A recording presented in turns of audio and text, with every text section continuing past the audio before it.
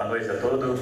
Segunda reunião extraordinária de 13/2/2023. O secretário realizou a chamada e verificou estar ausente o vereador Jacques e os demais vereadores presentes.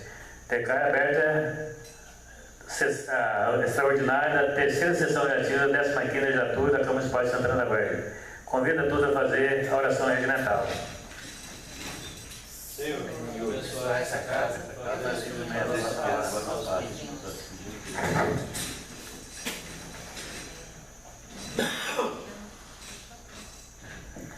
Pequeno expediente. Ordem do dia. Coloco em discussão posteriormente em votação as seguintes proposições. Segunda votação do projeto de lei ordinária do Legislativo número 1 de 2023, que autoriza a revisão geral anual da remuneração dos servidores e agentes políticos do Poder Legislativo. Votação nominal. Ezequiel da Silva. Sim. Luiz Felipe Mendonça Rodrigues. Sim. Maria Aparecida. Sim. Ronald Daira Rocha. Extensão. Silmara Girana Honório. Vitor Júnior Siqueira. Voto sim. Walter Silva. Voto sim.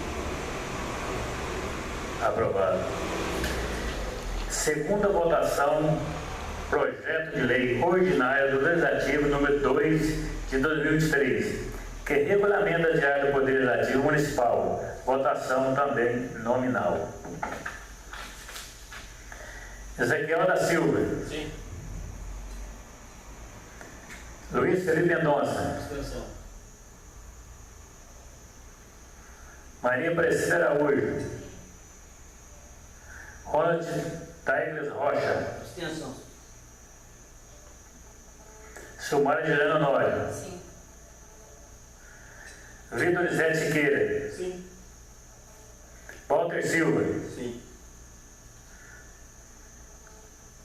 Aprovado. 5 sim, 2 abstenções.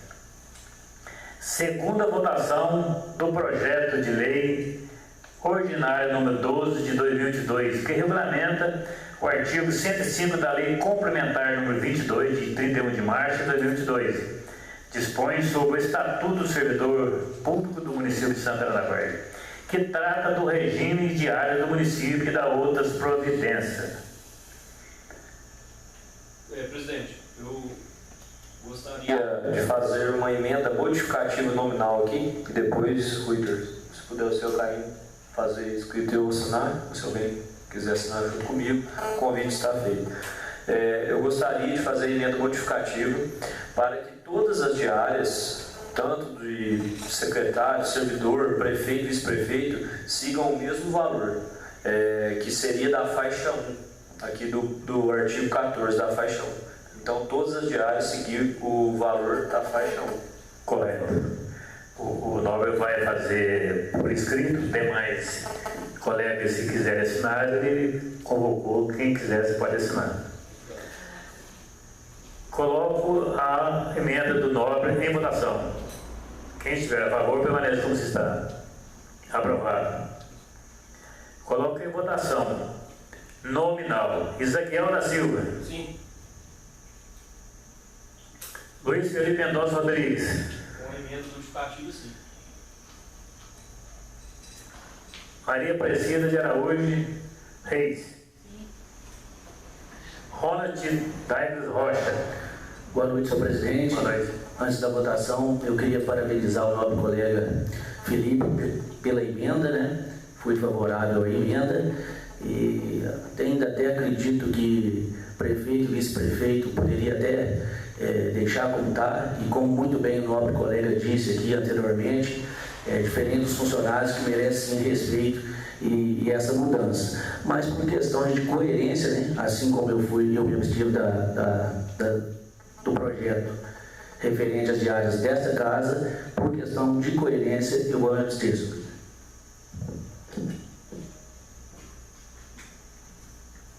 Silmar Girana. Vitor Zé Siqueira. Walter Silva. Incluindo a emenda do Felipe. Obrigado. Sim. 6 sim, 2 abstenção. 1 abstenção. Projeto aprovado.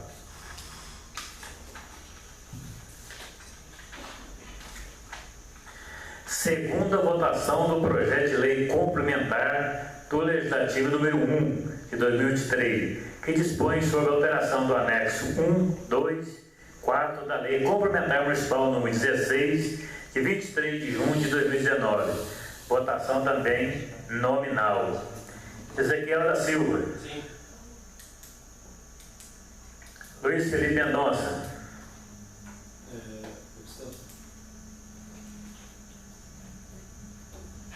Maria Aparecida Araújo.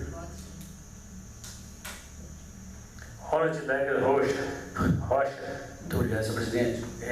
Só antes da votação também, para poder aqui explicar o meu voto, né, e repetir aqui por questão de coerência, fui contra essa criação de cargo, né, mais um novo cargo aqui na casa, mesmo antes de ser vereador, e hoje estando aqui eu mantenho a mesma linha de pensamento, respeito a opinião diferente da minha, que nós estamos na democracia, né, mas o meu voto para esse projeto de criação de cargo é não. Sumária Juliana Nória.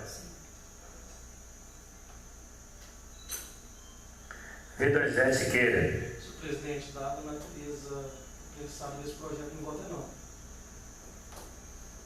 Walter Silva. Voto não.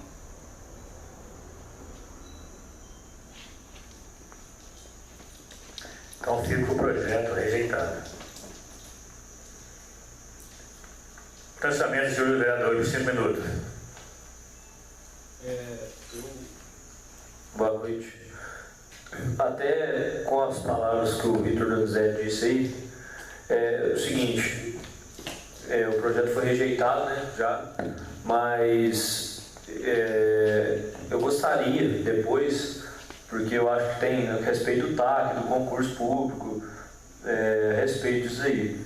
Eu gostaria depois poder estar vendo melhor se existe alguma possibilidade, se a prefeitura não tem como prestar um servidor, alguma coisa, Carlinhos, só uma pergunta mesmo. Eu já tive até falando com o prefeito, foi impossibilitado ele fornecer um funcionário para a gente, infelizmente. Mais um vereador? Nada mais a tratar, declaro. Pois não? Um comentário, aproveitar o Felipe também. O projeto foi rejeitado, né? Ele não vai poder pôr no concurso como funcionário da Câmara. E aí? Eu pergunto, se não votar a favor, eu pergunto. Fica essa pergunta no ar. Quem pode responder é o nosso procurador. Qualquer pergunta? Não aprovou o projeto do cargo. A questão é a seguinte, a lei de licitação impõe que a Câmara e todos os órgãos públicos tenham um cargo efetivo ou uma função de confiança para o agente de contratação. Então é a lei federal que está impondo isso aí. No caso da Câmara, por que há necessidade de um cargo efetivo? Porque tem uma coisa que chama princípio da segregação de função. O que esse princípio da segregação de função preconiza? Que uma pessoa não pode exercer a sua função e mais tem uma função atrelada, por exemplo, a essa questão de licitação. Um exemplo, eu sou procurador. Obrigatoriamente eu dou parecer na licitação. Então eu não posso participar de nenhuma etapa da licitação porque eu dou o parecer na licitação. O controle interno também participa, tem que dar um parecer sobre licitação, ou olhar licitação. Ele também não pode participar disso. A diretora também não pode fazer isso, por quê? Porque às vezes ela vai ordenar a contratação e etc. Então, ou seja, dos 9 servidores que nós temos aqui, a diretora já está fora porque é um cargo comissionado, então sobraram 8. Procurador não pode, controle interno não pode e um da contabilidade não pode. Sobraram 5. Emerson, motorista, não pode participar da licitação por conta da questão de viagem. Sobrou 4. Nós temos que, em 4 pessoas, nós temos que ter um agente de contratação, nós temos que ter um gestor de contratos, nós temos que ter um agente de fiscalização e uma comissão de apoio. Como é que a gente consegue fazer isso com 4 pessoas? Então é por isso que nós precisaríamos da quinta para poder fechar essa conta. O que acontece? Sem o agente de contratação, a Câmara não vai fazer licitação. Não com os moldes, a não ser que seja dispensa na exigibilidade. Ela não vai fazer licitação. Então, ela fazendo licitação, as questões vão parar. E tem um adendo a mais dessa questão, que é o seguinte: nós temos um concurso público em andamento na prefeitura.